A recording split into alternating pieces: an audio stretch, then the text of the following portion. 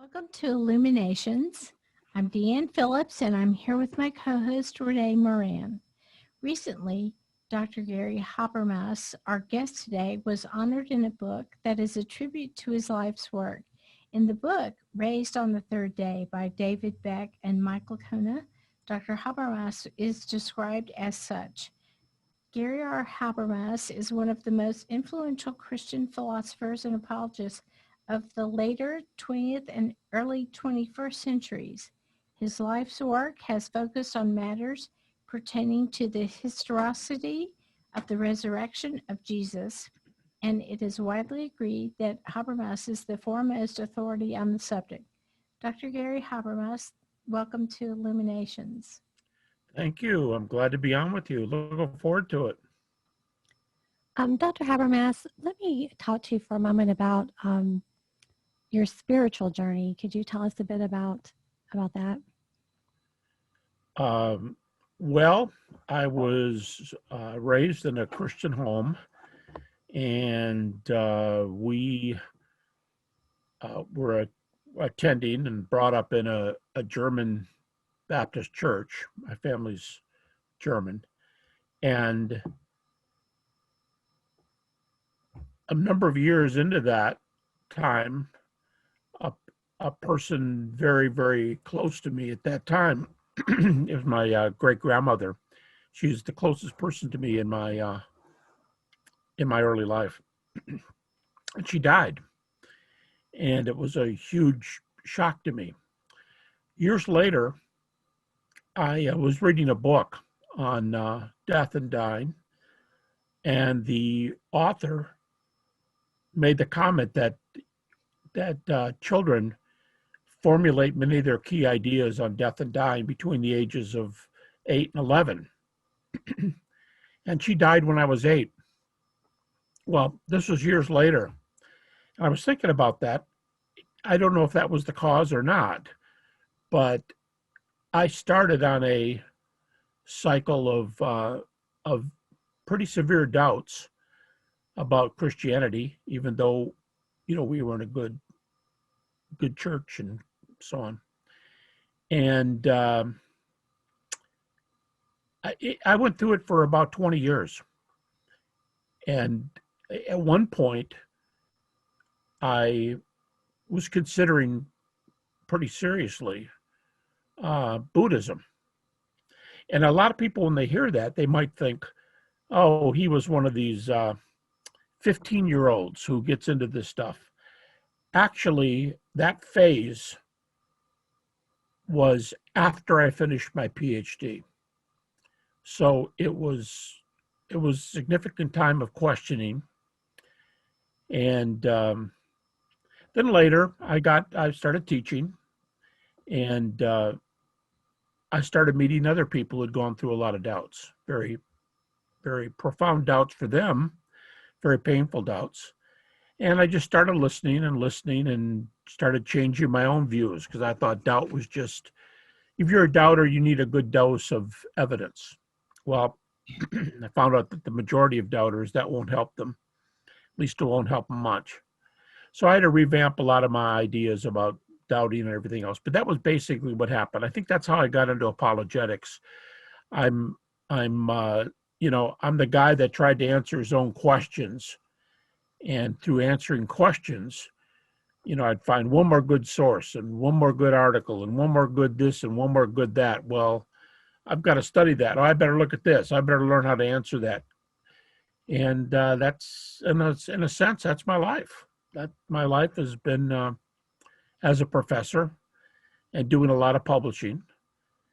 And it was just mentioned on the resurrection, because I realized a long time ago that if Jesus was raised from the dead, makes a pretty good argument for Christianity, and it was argued that way in the early church. So the rest of my time was, well, if it's true, I want to know it's true, and how do I do that? So that's been my life journey in a thumbnail right there. Why did you decide to make the study and research of the resurrection of Jesus your life's work? Well, because in the New Testament, it's treated as the central claim in Christianity. And Paul, who's best known for saying this in 1 Corinthians 15, Paul says basically, if it's true, everything else follows. And if it's not, nothing follows.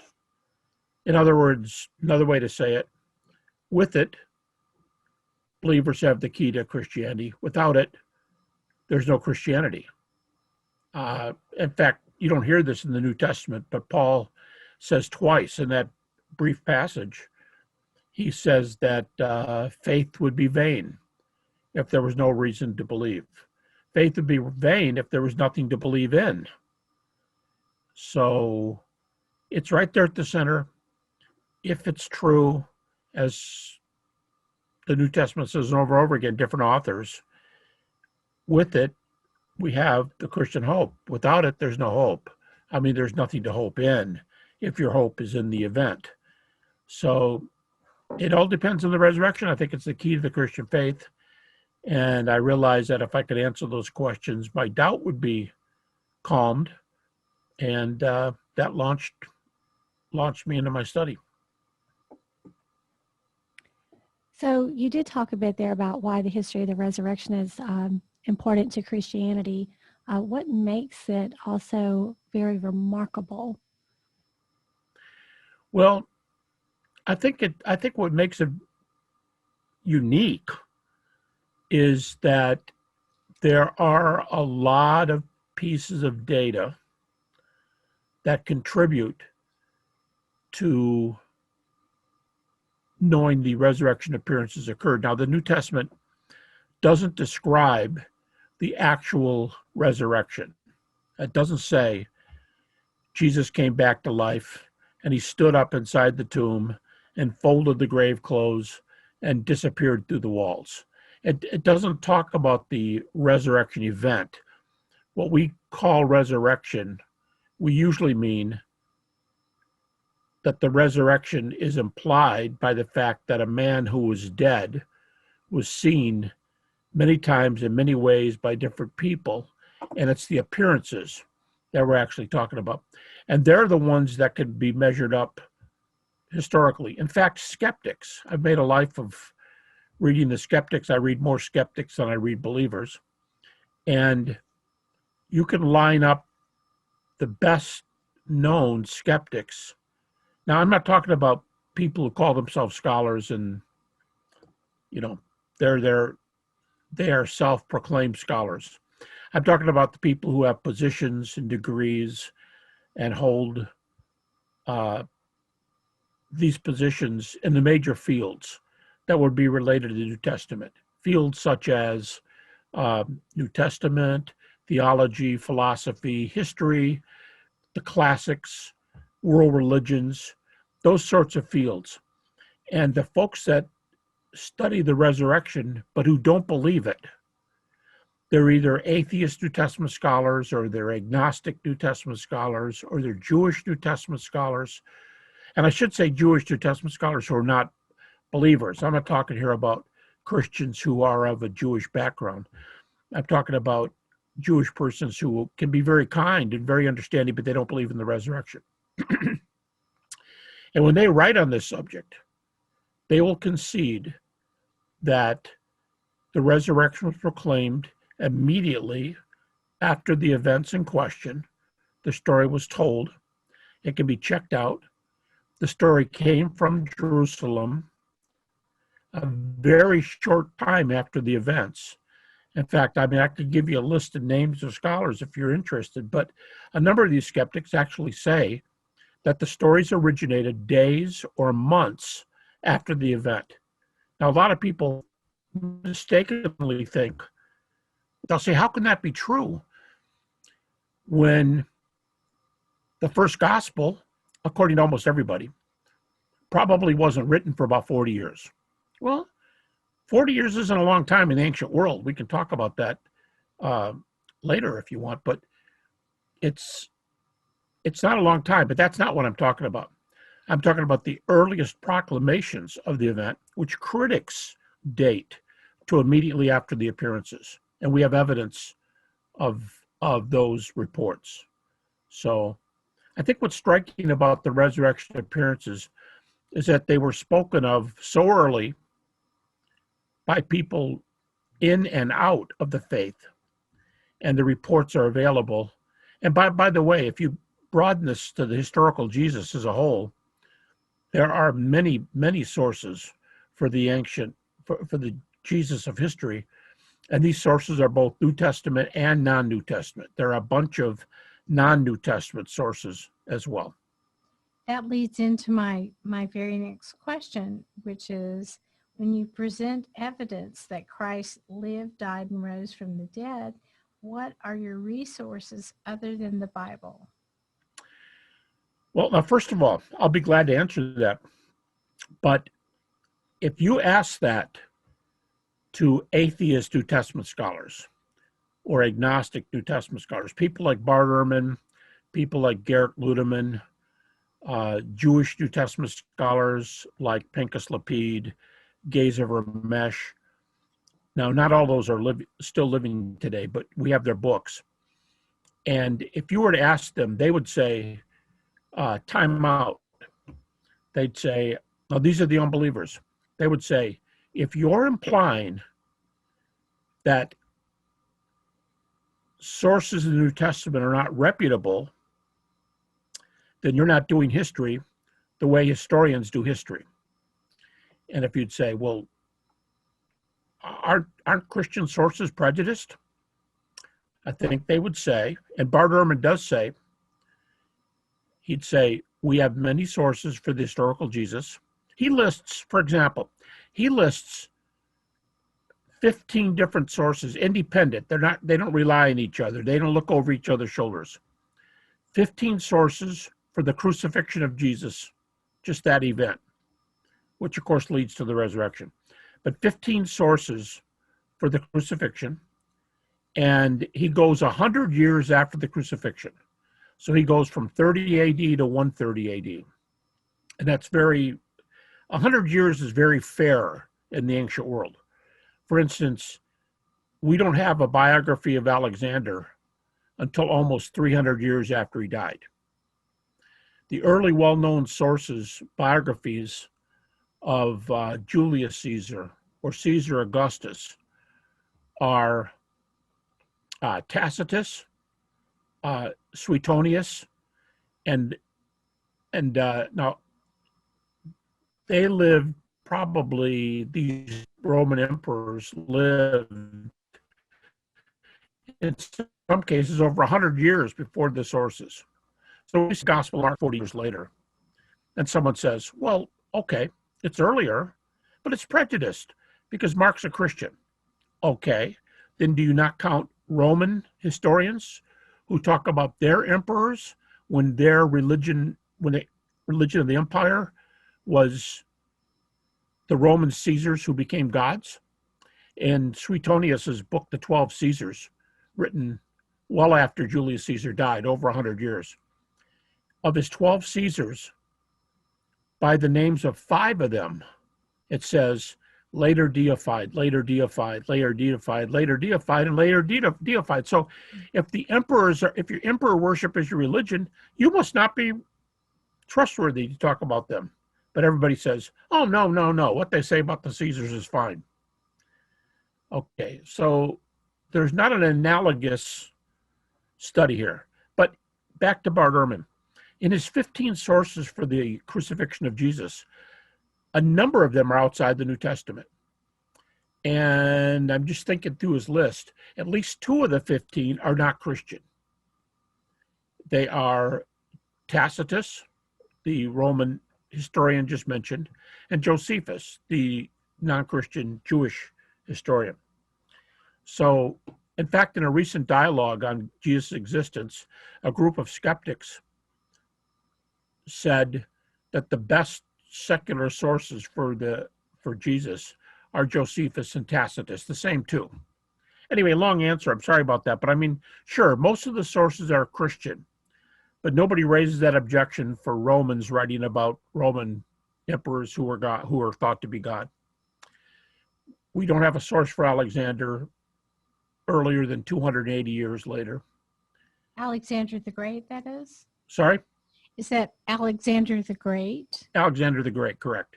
Yeah, the earliest, I should say, there were people who wrote about Alexander during his lifetime.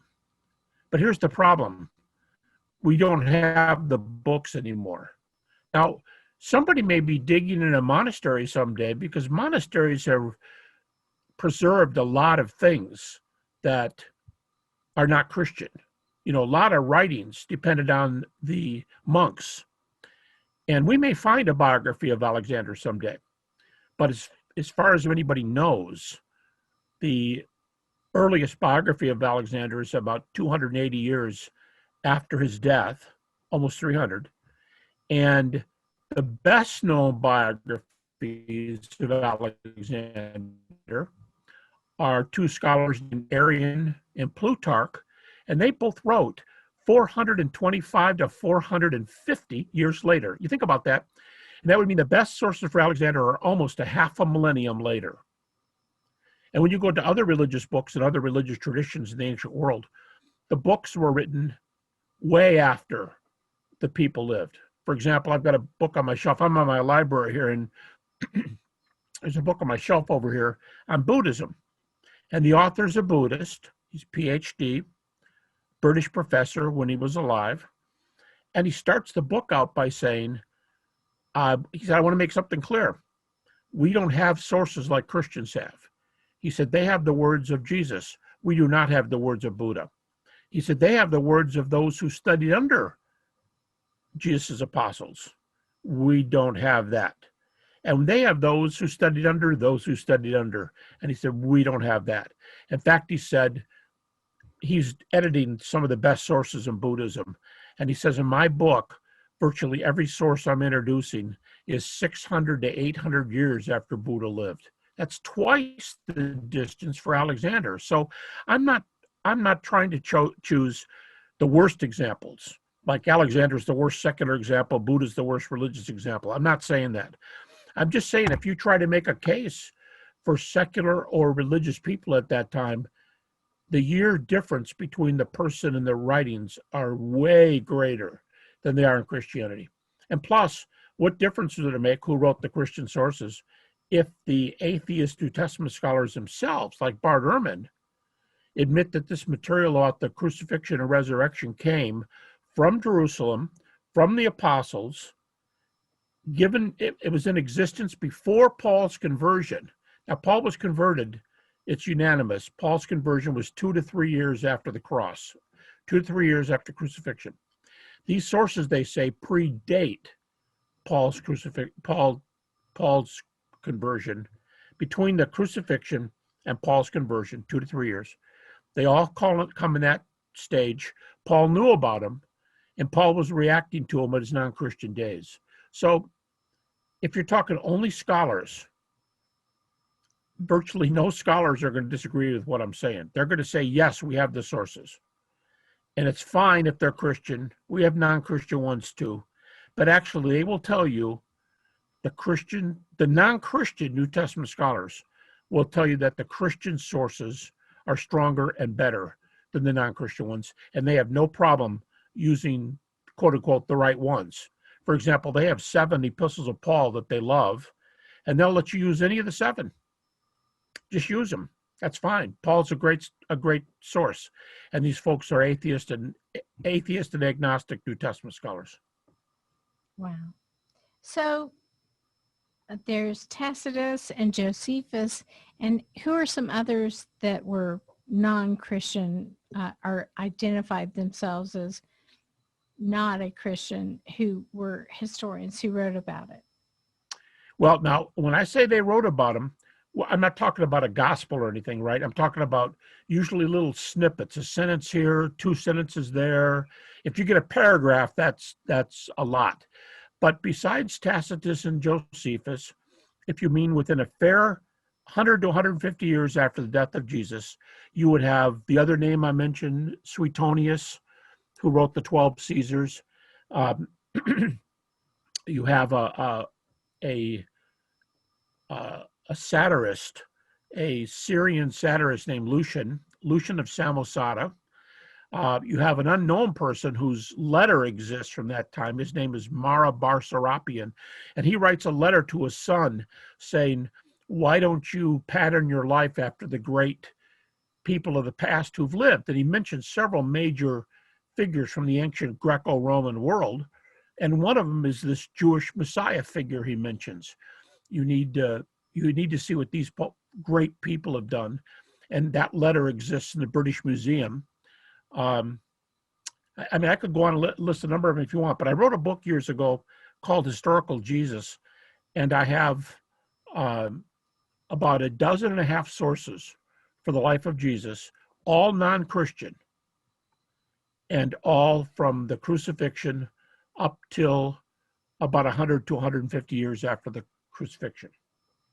In the movie, The Case for Christ, when Lee Strobel came to see you, is that Right. the type of information you gave him? Yes, when he asked me about it, he wasn't, this is, so many people, they realize that only, you have to be careful how you say this, you don't want to offend anybody, but many of the people who believe Jesus never lived. Okay, let me cite Bart Ehrman, the atheist New Testament scholar. He says, he wrote a book called Did Jesus Exist? And he answers, absolutely. And he goes off on those who call themselves scholars who think Jesus never lived. And he's kind of hard on them. And he says, what's wrong with you guys? He says, there's not one among you. He says, I can think of two who have great credentials, but there's not one among you who has great credentials and holds a teaching position in any accredited college, seminary, or university in the world, to my knowledge, he says. This is Bart Ehrman. Did Jesus exist? And he's the one that gives that's where you get the 15 sources for the crucifixion.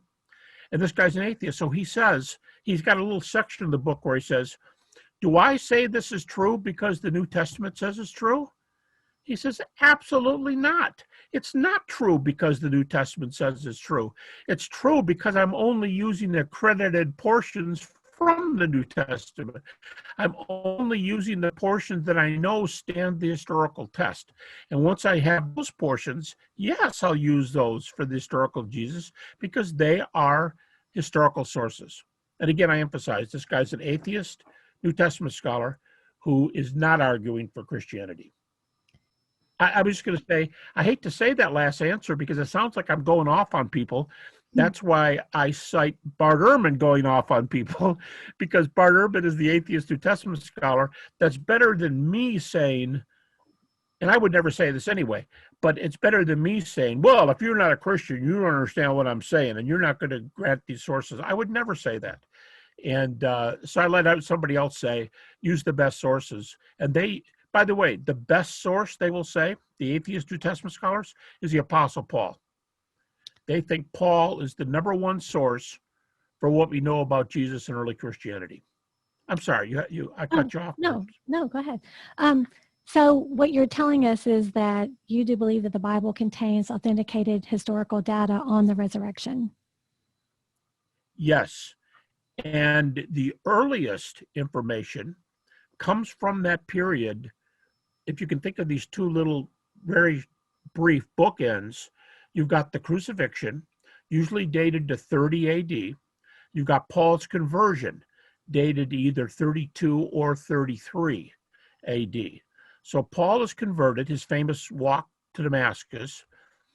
He says he met the risen Jesus. That event is +2 or +3 after the crucifixion. And these scholars, both skeptical, atheist, believers, all the above, they put this earliest material in between those two events. So we know this material from 30 to, at the latest, 33 AD. So the material I would talk about here wouldn't, I mean, sure, there's good stuff in the Gospels, but I wouldn't go that late.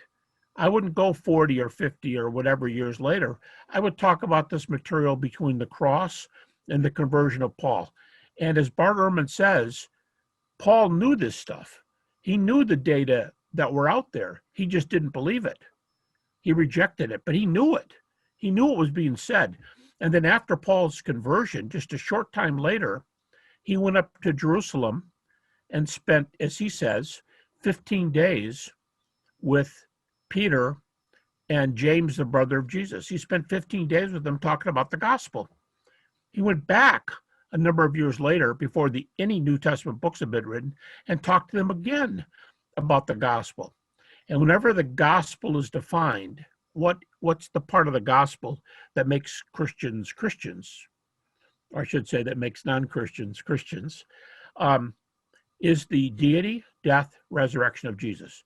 To say it in a sentence, according to the New Testament over and over again, Jesus is the Son of God who died on the cross, who was raised from the dead, is indicated by the fact that he was seen many times and places by many people. That report right there, critics are going to say the best material for that is the Apostle Paul, because he knew these guys. He went up there. Just by the way, that event, Paul gives the date for it. That event is dated at 5 to 6 years, depending on whether you put his conversion at 2 to 3 years. The event was 3 years later. So 35 or 36, he goes to Jerusalem and talks to the apostles, Peter, James, the brother of Jesus. And then the second time he came back, John, the apostle John, was there. So critics think that is the clearest definition of the gospel we get, as Paul interviewed these people who were apostles before him and before he was even a Christian. And Bart Ehrman, the atheist again, Bart Ehrman says, where do we get closer to the eyewitnesses than right here? Now, somebody could say, well, who told you that story about him going to Jerusalem? Paul did. Where is it? Galatians 1 and Galatians 2. There were 2 trips. Galatians 1 and Galatians 2. And they go, so you're going to believe it because Paul says it? Here's what, just that he would ask that question shows he doesn't know where scholarship is, or he doesn't want to allow it. Because you could line up 10, let's say 10 major non-Christian New Testament scholars. They got to be in the field. I mean, you wouldn't go to, you wouldn't ask your paper boy to pull a tooth. You have to go to somebody who is a scholar in the area. And if you lined up atheist, agnostic, skeptics, non-Christian, some other religion, no religion at all, if you lined up 10 of those and said, do you accept the book of Galatians as written by Paul? And do you think that is an honest, straightforward definition of what Paul says happened there? If you surveyed 100 of these scholars, you're going to get, I'm going to guess, 98 or 99 yeses. That's how well accepted the material is. I'm not citing things that only come from Bible colleges or seminaries or pastors. I'm very careful to cite information that non-Christian New Testament scholars raise, because they say, well, Bart Ehrman, you can't get closer than eyewitnesses than this material. Paul interviewed him and told us what he said. And by the way, his conclusion was, Paul says, they're all teaching the same thing I am, that Jesus was the Son of God who died on the cross, who rose from the dead, and they saw him. Paul says they're all saying the same thing I am. So I'm comes very early. I'm very interested in the number of years after the crucifixion that Paul reportedly saw Jesus. How long do you think that Jesus walked the earth before his ascension into heaven after the resurrection? Yeah, good question. Well, the only marker we have on time is that Luke tells us that he was around for 40 days after the cross. And if you remember the timing here, the famous, the Jewish festival of Pentecost, which is 50 days after the Passover, when that 50-day period came and Jerusalem was swollen with thousands of visitors who come for Passover, when Pentecost began, Jesus was already gone. Jesus was already off the scene. So historically, that event, when Jesus was ascended happened 10 days earlier. In other words, after Passover, i.e. the crucifixion, after the Passover, Luke says 40 days later, and the appearances stopped. Now, Paul says he appeared to me, and, maybe you're implying this in your question, but Paul said 2 to 3 years later, was Jesus still around? Well, Paul specifically says he appeared to me, and I was an anomaly. He uses the Greek word. The English is, I was out of the time sequence, he says. But the Greek word it's a very strong word. It's the Greek word for aborted. I don't mean a fetus. I mean aborted, like he makes a reference to it being out of the timeline. Mm-hmm. So I'll give you an example. I'm a professor. If I had a due date at Thanksgiving, which I did, I had a due date the Monday after Thanksgiving, and I only teach PhD. My PhD students are really good students. They wouldn't be PhD students if they couldn't follow dates and everything.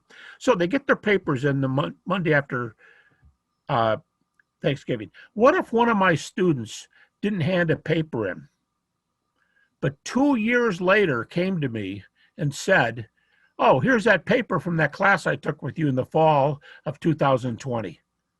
I would use the same Greek word if we spoke Greek.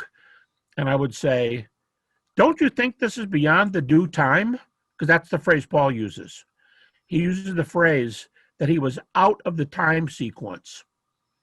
So when he said he saw Jesus on the way to Damascus at +2 or +3, what he's arguing is Jesus made an exception.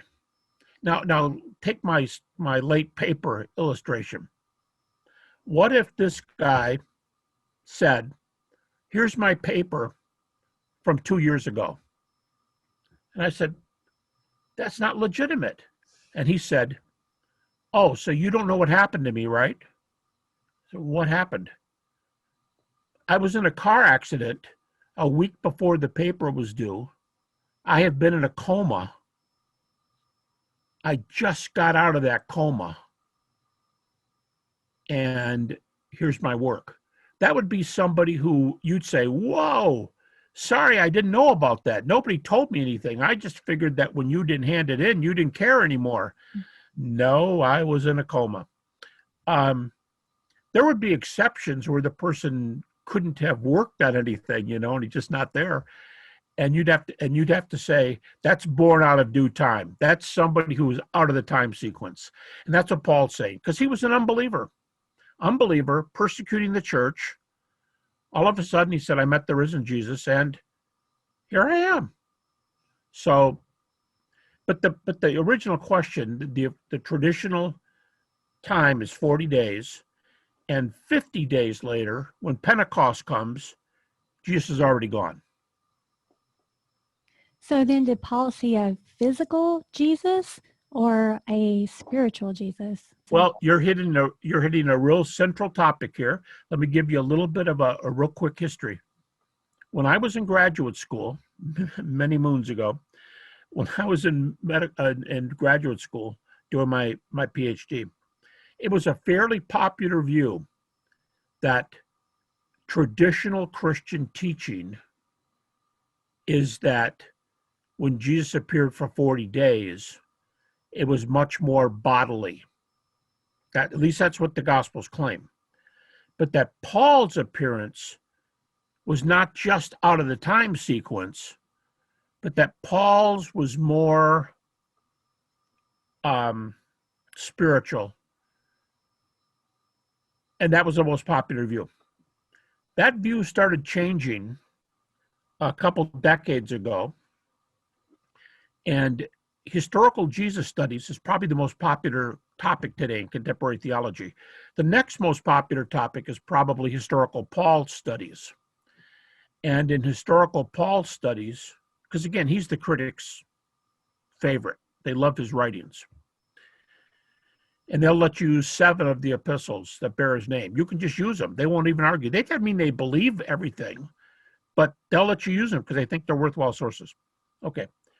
Recently, there has been a shift, and I just published an article from a critical publisher.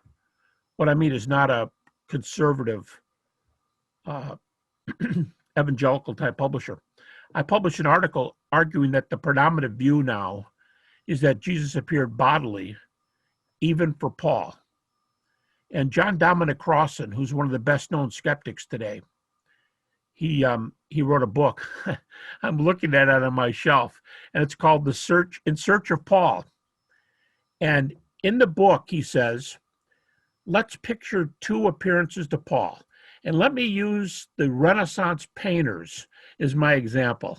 He says, in one painting, and he shows the paintings in his book, Paul's lying on the ground on his back.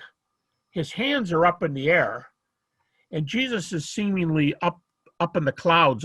I don't mean like where a plane flies, but I mean a little over Paul's head. And he's seeing this vision of Jesus.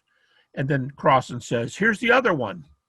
And Paul's walking along the road, and Jesus appears right in front of him as a regular person. If you'd see him, you'd say, oh, there's a traveler. And Crossan says, which one did Paul see? Which one? Paul on his back, a lot of glory, sees Jesus, or Paul seeing a man he could have shaken hands with. And Crossan decides, he and his co-author, Jonathan Reed, they decide that the bodily appearances are correct. So if Dom Crossan would say that, he's a skeptic, nice guy too, he's an extremely nice guy. But he is, Gerrit Ludemann, the two I mentioned earlier, Gerrit Ludemann, an atheist, German New Testament scholar, he doesn't believe in the resurrection, and he thinks the appearances were bodily. You go, well, how can he believe the appearances were bodily if he's not a Christian? Well, no, he thinks the earliest reports are that the appearances were bodily. So I'm just giving examples where that's changed recently. There are people who think that Paul's appearance was even a little different than the ones to the 12. He wasn't just out of time, but it was a little different form. But that is I'm trying to think of how to give a quick history in a short time, but the view's changing, and bodily resurrection is in today. Even those who reject resurrection say that the early Christians thought they were bodily appearances. I know there's been a lot of controversy about the actual crucifixion. Can you tell us about some of the historical evidence that Jesus was crucified and he actually died? Yeah, you know what? It's interesting you're asking about this. I am one of the co-authors on a medical article. We're hoping it's going to be published in a medical journal. But you don't have to cite ours. Other medical articles in medical journals have done this, secular medical journals. But we are summarizing the views of dozens of medical doctors who have studied death by crucifixion. And their question is, how exactly did Jesus die? Yes, he was crucified, but what happened to him?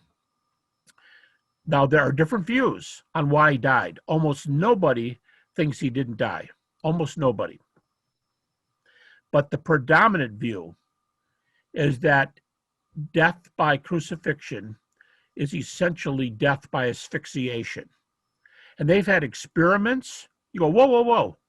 They've had what? Experiments.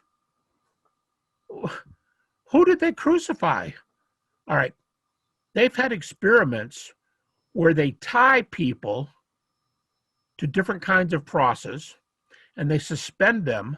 Now, of course, no nails.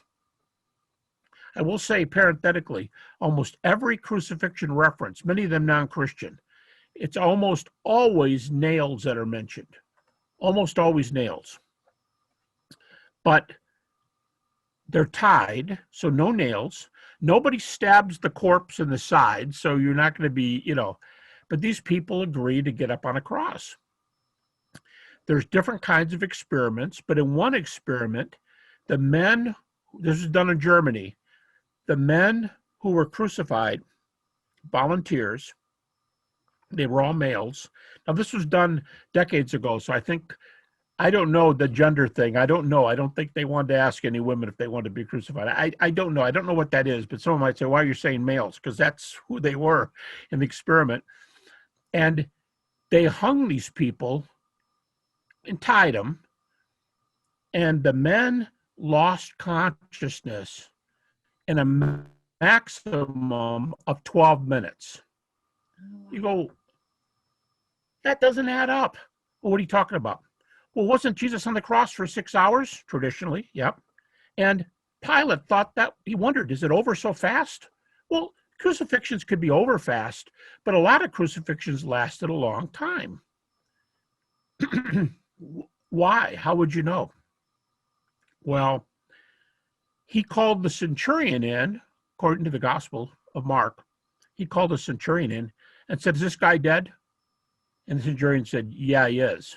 Now, how would a centurion without medical training know that a person on the cross was dead? If death by crucifixion is essentially asphyxiation, by the way, it's not close. That's the predominant view of medical doctors. Even a person who does not have an ounce of medical training can tell when the person's dead. How so? Well, here's the explanation. If you're tied or nailed, it doesn't have to be the traditional cross or the crossbeam. It could be a stake. One guy in the ancient reports was crucified like on a wall of boards. You can just put him up there on a wall of boards. So you don't have to have a traditional cross, but on a traditional cross, the arms are up, and what happens is the weight of your body pulls down on the muscles that you work out in a gym. The intercostal, pectoral, and deltoid muscles in the upper chest area. And you work them out. And what happens is when you pull down on them, they constrict the lungs so that you can inhale, but you're increasingly unable to exhale, which is like the asthmatic. The asthmatic's biggest problem is exhaling. But of course, if you can't exhale, you can't inhale more than a few more seconds anyway. So if the person is alive, they push up on the ropes / nails, whatever, and they push up, and that can free those muscles around their lungs so they can breathe. But you can't stand up there very long, because if you're on nails, A, it's very, very painful, and B, you're fighting gravity. So what you do is you slump back down again. Your knees bend. Now you can't move your arms, but you slump back down again. And when you slump back down, you begin asphyxiating again. As long as you can stand up, you can breathe. And if nothing else happens, if you don't have a heart attack, if you don't have congestive heart failure, if someone's not stabbing you, as long as you can push up and breathe, barring anything else, you can pretty much live. So they would often do things to people on the cross to make sure they didn't get down alive. But in Jesus' case, the centurion would not need medical training. If the man is slumped down in the low position where you can't breathe, and he's there for, let's say, 20 minutes. If those men were passing out in the German experiments in 12 minutes without being able to push up, if he's there for 20 or 30 minutes and he's slumped down, guess what? You can't fake not being able to breathe. So a centurion could tell he was dead. But according to the New Testament, to make sure he was dead, like a not on my watch kind of thing, they pierced the body. And the traditional place for the wound is up here on the side, in the lower chest area. And medical doctors, the description is that blood and water, a watery substance came up.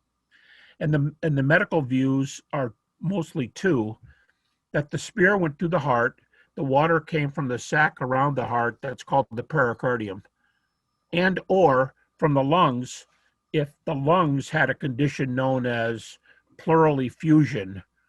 It's a long time to explain, but it's a buildup of liquid that makes your lungs collapse. Either way, this man was already dead. He either had the heart situation or the lung situation. And the spear wound traditionally was to make sure he was dead. Sorry for that long explanation. I'm just saying you don't have to have an MD from Johns Hopkins to know. Besides, the centurion was a whatever else he was a soldier. And they might not know anatomy, but they know where to stab somebody to make sure they're not moving anymore. They wouldn't stab your arm or your leg or even your stomach. If they had an open shot at you, they would most likely shoot for your heart or your lungs. They knew enough. They didn't know what they were hitting, but they knew you weren't moving. And anyway, the report said he was already dead. How would they know that? Because he's low on the cross. Low on the cross means not breathing. So it's interesting that we're finishing this medical journal up, this article, and hoping to get it published in a major medical journal, because we're telling medical doctors what medical doctors say about crucifixion. I'm sorry, I got carried away there. Perfect, though. So the Bible depicts Jesus's burial as being in a cave with a large stone rolled to seal off the entrance. Right. Are there any other historical documents that depict Jesus's burial that we could rely on? Yeah. Okay. I'll tell you what. Again, same method. I always prefer to use the method that the atheist New Testament scholars will use. They're not Christians. And I just finished a writing about evidence for the empty tomb, and done the way skeptics do it. All right, this is not the way skeptics do it. Oh, well, I've got this verse where there's a tomb in the rock, and they put him in there and rolled the stone in front, so that must be what happens. That's not how atheistic New Testament scholars argue. But the way they argue, I produce more than 20 reasons, according to their writing, why we would know that Jesus was placed in a tomb and that the tomb was empty on Sunday morning, that first Sunday morning.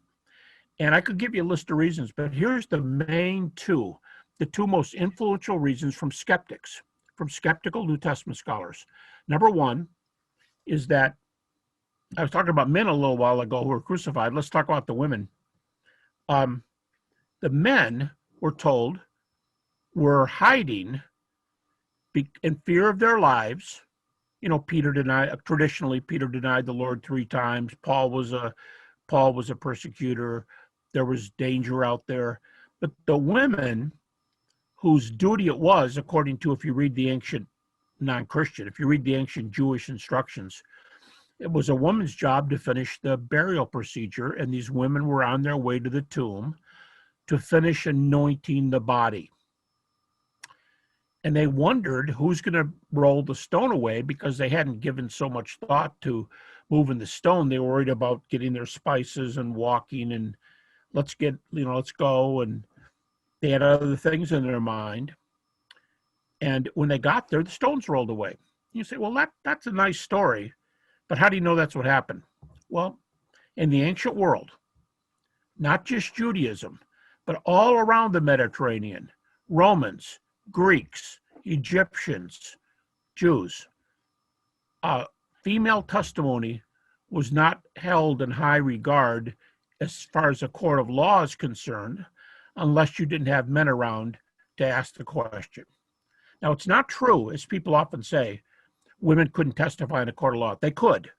Women could testify in a court of law. But here's my point. If there are 4 people writing 4 gospels in different parts of the Mediterranean world, Mark traditionally wrote from Rome, John traditionally wrote from Ephesus, Luke maybe Jerusalem, but they're different parts of the world. They're not looking over each other's shoulders. All 4 of them say women went to the tomb. Now, if you're trying to give evidence, you're not putting your best foot forward. Now, we do know from 2 of those sources that the men also went. When the women said they went and the tomb was empty, several men went and checked it out.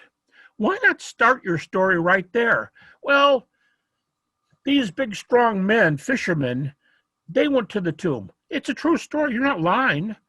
Why not start your story there? Why start your story with the women? Real simple, because that's what happened. Why would all four of them tell the same women going to the tomb to anoint the body when it was not in their best interests to tell the story that way? And that is the main argument that people use today, that the story wasn't made up. Secondly, it's a geographical argument. If you started preaching in Jerusalem on Pentecost, 50 days later, if you started preaching that Jesus was raised from the dead, and there's the tomb over there, go check it out, you won't find a body in it.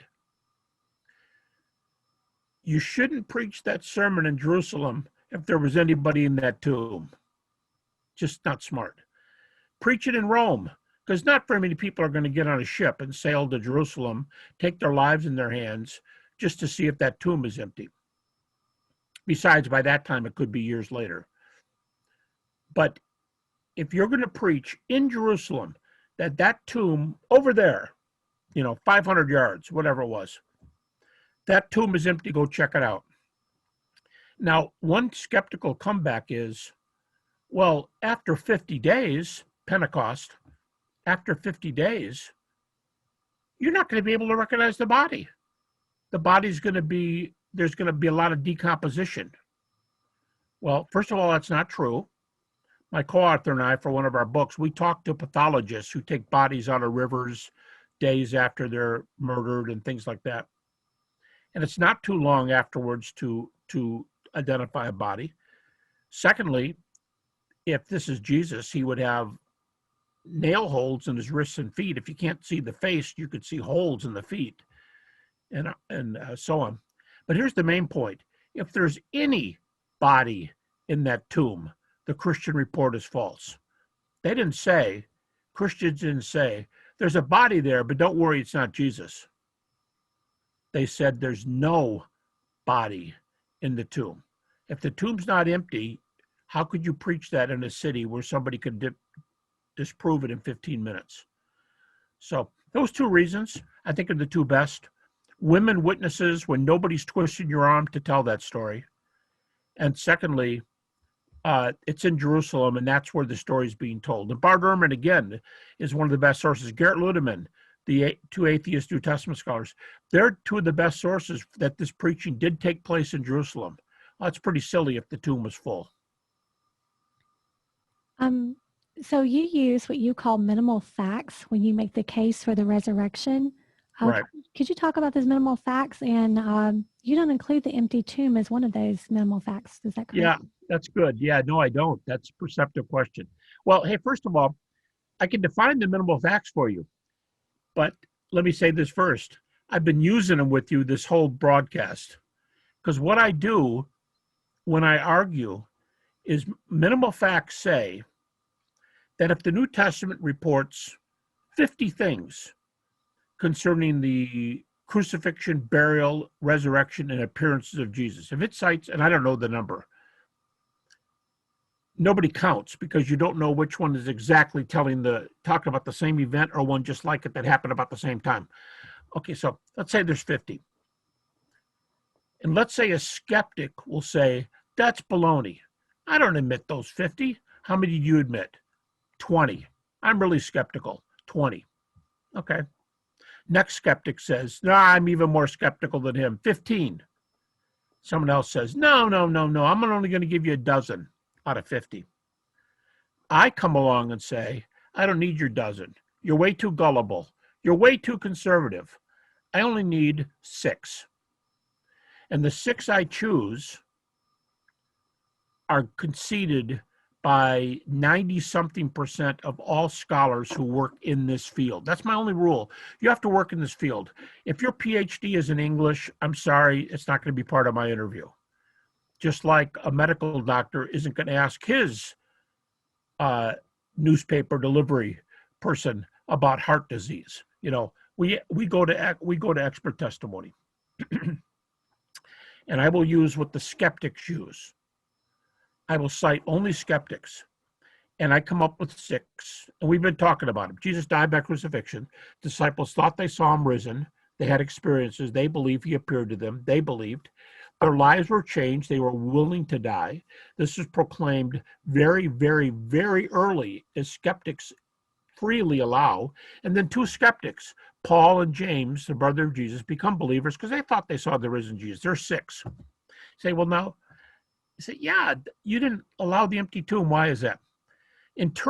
There's two things that make a minimal fact. Each fact I use is evidenced by many other facts, which all come together. And the second reason is that's why skeptics all allow these facts. The empty tomb has as many facts as almost anyone does, over 20, a way the critics think. The empty tomb has plenty of data to be called a minimal fact. But skeptics used to reject the empty tomb about 40 years ago.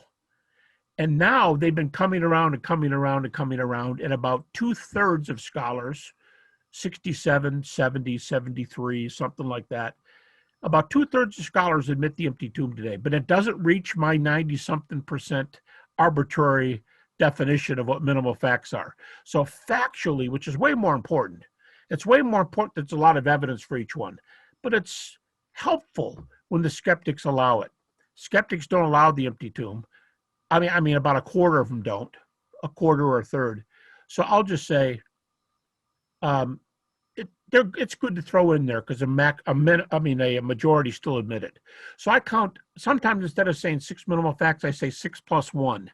And I count the empty tomb, but it doesn't meet my second criterion of nearly universal agreement. So I've been using them with you. That's why whenever you say, what about this, what about that? I say, well, Bart Ehrman says, Gert Ludemann says, Geza Vermesh says, a Jewish New Testament scholar, Pinchas Lapid, Jewish New Testament scholar, they say. By the way, Pinchas Lapid, the non-Christian Jewish New Testament scholar, believes Jesus was raised from the dead. He believes he was raised from the dead and he appeared. He even wrote a book. It's called The Resurrection of Jesus, a Jewish Perspective. And he decides he was raised from the dead. So that's my minimal facts. It's using critical facts, which are well attested by, I'd say, an average of 15 to 30 things each. And then the skeptics are on board, so I will use their data. I won't preach at them and quote the Bible. I'll use their data. That's the minimal facts. So I would say in one sentence, I can use data which they're allowing to admit, the conclusion of which is that the disciples saw the risen Jesus after he died by crucifixion. Dr. Habermas, how many people saw the resurrected Jesus? Well, there's no way to count. Now, we're told that 500 saw him at once. We're also told that all the disciples saw him at once. We're also told that all the apostles saw him at once, and those two are separate. They're listed in the same text as different appearances. All the apostles, everybody thinks, is a larger group than all the disciples. Anyway, let's put this, let's just use numbers. There's the 12, then there's the 12 plus all the women, plus all the bystanders who were interested, plus the early believers. There would have to be 5, if you took the New Testament literally, there were 500 on one occasion, so you'd have to have around 550 different people minimum if you take the text literally. The appearance that is the best attested, according to critics, is the one to the apostles on Easter Sunday. So I'm going to guess that there were 11 there, 12 minus 1, and the women, and maybe a few others. So I would say that first appearance probably happened to about 15 or 18 people. That is the one that's best attested in the historical data. How's that for a short answer for once? Could mass hysteria or the power of suggestion account for the number of people who claim to see Jesus after the resurrection? Okay, mass hysteria or power of suggestion. Or let's make it worse, hallucinations. Mm-hmm. First of all, in the medical literature, I have co-authored different writings with medical people. One case, I worked with a clinical psychologist who works in a hospital. He works in a psychiatric ward. And then one of my co-authors is a medical doctor. We published an article on crucifixion and other events from a medical perspective. And they both did literature reviews in psychology and in medicine. And they both said, and this is in print, this is a peer-reviewed material, that there's not a single account of a group hallucination in all the scientific or medical literature, not a single account. Because hallucinations are something that we manufacture, and we cannot share an hallucination any easier than we can share a dream. By definition, they're subjective. Now, you ask a little different question, though, on illusion, or can somebody talk somebody into it? Okay, the problem with that is, yeah, there are people, somebody could say, yeah, you know what? I saw this light out there by that tree 20 feet away from me, and I've often thought it might have been Jesus. You know, people can talk themselves into things. And here's the problem. They're all subjective. Nobody else would see it. So if you were by yourself and you said you saw a light by a tree 20 feet away, people would say, well, I hope you're right, but I'm not putting a lot of stock in it. I'm not going to trust your light behind the tree, example. But if 3 people are in a group, or 5 people in a group, or 10 people in a group, or 15 people in a group, or 20 people in a group, we would call that evidence. And therefore, I think it's very important that the earliest account of the appearances, which is dated to right after the cross, Paul reproduces it in 1 Corinthians 15:3 and following. He gives a list of appearances, but he's repeating a list that was from much, much earlier. He even says, this isn't mine. I'm giving you somebody else's list. In that list of 6 appearances, there are 3 group appearances. One to a group called the 12, one to a group called all the apostles. I just used them a moment ago, and one to the group called the 500. And that's how we break up the illusion, autosuggestion, hallucination. Critics who don't want the resurrection to be true don't like group appearances, because group appearances are very difficult for them to explain. Now, 2 people can have hallucination at the same time. A group of people can talk themselves into something, like a magician. A magician could make an event, could make something that people could see and think they saw something, but we call them illusionists for a reason. If you get up there, they don't want you to get too close, right? They don't want you to get too close when they're doing these tricks, especially if you know what the tricks are. So to say that people could see that and nobody could disprove it, and they would be willing to go to their deaths, and many of them did go to their deaths without ever checking this out, that just seems to be a little far-fetched. So sure, more than one person can have an experience, but it won't be the same experience. They'll be having different ones. Jesus arising from the dead would certainly be a miracle. Do miracles exist historically and now? Well, great question. You have to know you'd have to define what a miracle is. Traditionally, even by people who don't believe in miracles, a miracle by definition is an act of God. It would have to be a supernatural event. A miracle by definition would have to be something outside the natural order. David Hume, the famous skeptic who didn't believe in him, he said it would have to be an event brought about by God or an invisible agent, like an angel or a demon. Okay. There are a lot of writings today. I wish I'd get up and walk around. I'd show you the books. I got 2 over there and I got 2 right there. There are modern accounts, 3 different authors, 2 of them written by medical doctors. One was a Mayo Clinic MD, PhD from Mayo Clinic, and 2 of the 3 medical doctors. And they give documented cases of things that are very difficult to explain without being some supernatural influence. Here's one of them, just a real quick story.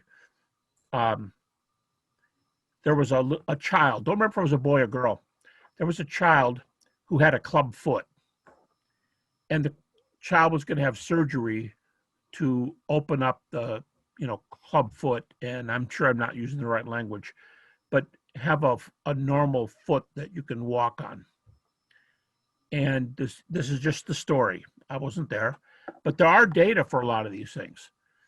And a minister's asked about prayer over this person, and a medical doctor said, I'm not opposed to prayer. So the minister prays, and the doctor said, I kept my eyes open and I watched the club foot open up into a regular foot, and needless to say, we didn't do surgery.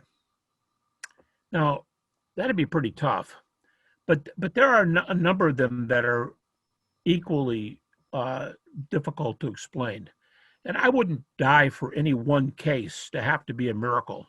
But in one volume alone, there are over 1,000 cases that have been produced. By the way, I think a lot of people call this a miracle. I know of 2 studies, double-blind studies, where prayer was tested in a medical setting and published in a peer-reviewed secular medical journal. And both of them, see, the doctor did not even know who was being prayed for and who wasn't. They had a control group and a group. Everybody was sick, but they had a control group and a group that was being prayed for. And let's just say that the information was statistically probable enough that it was published. Each study was published in a different medical journal, peer-reviewed secular medical journal, on double-blind prayer results from sick people. So these are more than just, Twilight Zone type stories that are told. There are some good claims that something's going on. And by the way, this isn't a miracle, I don't think, but you could talk too about near-death experiences. Today, there are over 300 documented stories of near-death cases where people report things with no observable brain or heart activity. They flatlined, according to the medical doctors who were there. These have been published in medical journals. And they've reported things that they saw while there was apparently no measurable brain or heart activity. And that's not a miracle. It doesn't tell you which religion is true, but it does seem to say that there's some consciousness after death, and that's a religious tenet as opposed to a non-religious tenet. So there's ways to get here. This is an exciting world because there's a lot of science, a lot of data, a lot of things to make us wonder, is this world what we thought it was, or is it a lot more complicated? And it seems to be a lot more complicated than we were taught growing up. With all of this evidence, why do you think people still have trouble believing in the crucifixion and resurrection of Jesus? Okay, if there's all this evidence, why doesn't everybody believe? Yes. I can explain this briefly. It's because most of us do not believe or disbelieve only when we have evidence. More important to most people, according to surveys, talk to the psychologists and the psychiatrists. They're the ones, the PhD psychologists, the MD psychiatrists. Talk to them because they can explain this very well. But most of us believe what we previously believed according to our own worldview. If I'm a Christian, I'm going to accept Christian evidence. Jews accept Jewish stories. Hindus accept Hindu stories. Democrats accept Democratic stories, and Republicans accept Republican stories. We know how this goes. Mm-hmm. And for many of us, it's not the data. It's you have to bowl me over with stuff to ever get me to change my mind. Most of us believe based on our presuppositions. Very few people change their views later. Now, there's a lot of cases. Apostle Paul is a good example. But most people, I tell the story this way. If my best friend was a single fellow, and I'm of the conviction that marriage is the best state in which to live. And he just makes fun of me and says, that's not true. There's other things. And I'll say, all right, great. Can I set you up with a blind date? And the guy goes, I hate blind dates, but because you're my best friend, I'll trust you. And the person gets to know the person in question who they did not previously know. And you, as the best friend, say, what do you think? What do you think? And they'll go, this person is the most remarkable person I've ever met in my life. You're definitely right. I knew it. I knew you'd say that. Can I be your best man? Hey, look, bud, I can agree with you about this being the neatest person I've ever met, but read my lips. I don't want to get married. Maybe someday, if, then we'll talk about you being my best man. All right. Does best evidence equal marriage? No. Does that have to be the result? No. Why not? Because people do what they want to do, and they make their own decisions for their own reasons. Faith is the same way. Political parties, same way. We generally believe what we want to believe and reinforce our own beliefs. But to use my example, the best person for you does not always equal marriage. And a person can say yes to the evidence and not say yes to following Jesus. And you can say that about any religion. You can say yes about Buddha stories and not say yes to Buddha. By the way, it's kind of interesting. I use my example of marriage. Kind of interesting that in the Old and New Testaments, the Jews and later Christians are pictured in the holy books as being the bride, and the groom is God. It's a marriage situation, because in a marriage situation, the remedy is saying, I do. It's making a choice. It's being committed to the person. And, we know the words, better or worse, rich or poor, sickness or in death till health do we, sickness and health till death do we part.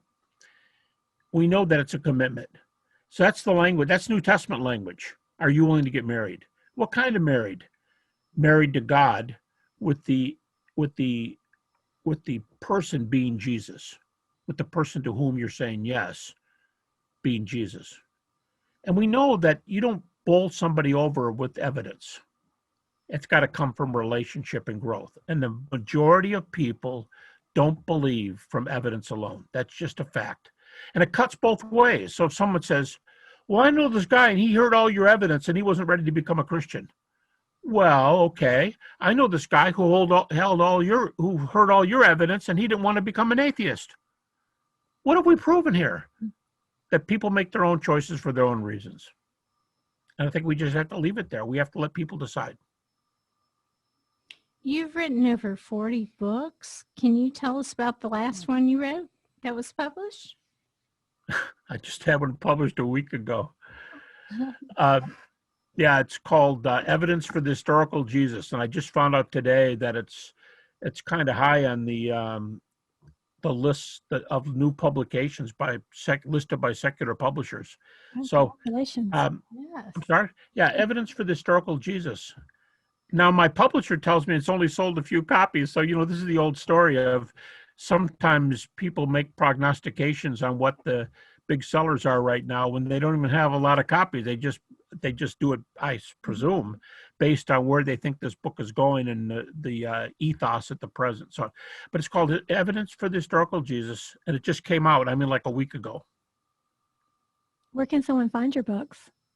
Well, that one is an ebook. You can get online, but it also came out in paperback. So it came out in paperback and as an ebook. So I guess you could order from Amazon or any of those groups. Thank you for asking. And no, to the audience, no, I did not tell them to ask that question. You got me by surprise. It's not often that I say, yeah, as a matter of fact, 1 week ago. Yeah, that's very recent. We've been talking with Dr. Gary Habermas, whose life's work has focused on matters pertaining to the historicity of the resurrection of Jesus. Dr. Habermas, thank you again for joining us today. Enjoyed a good interview. A lot of good discussions here. I enjoyed the time.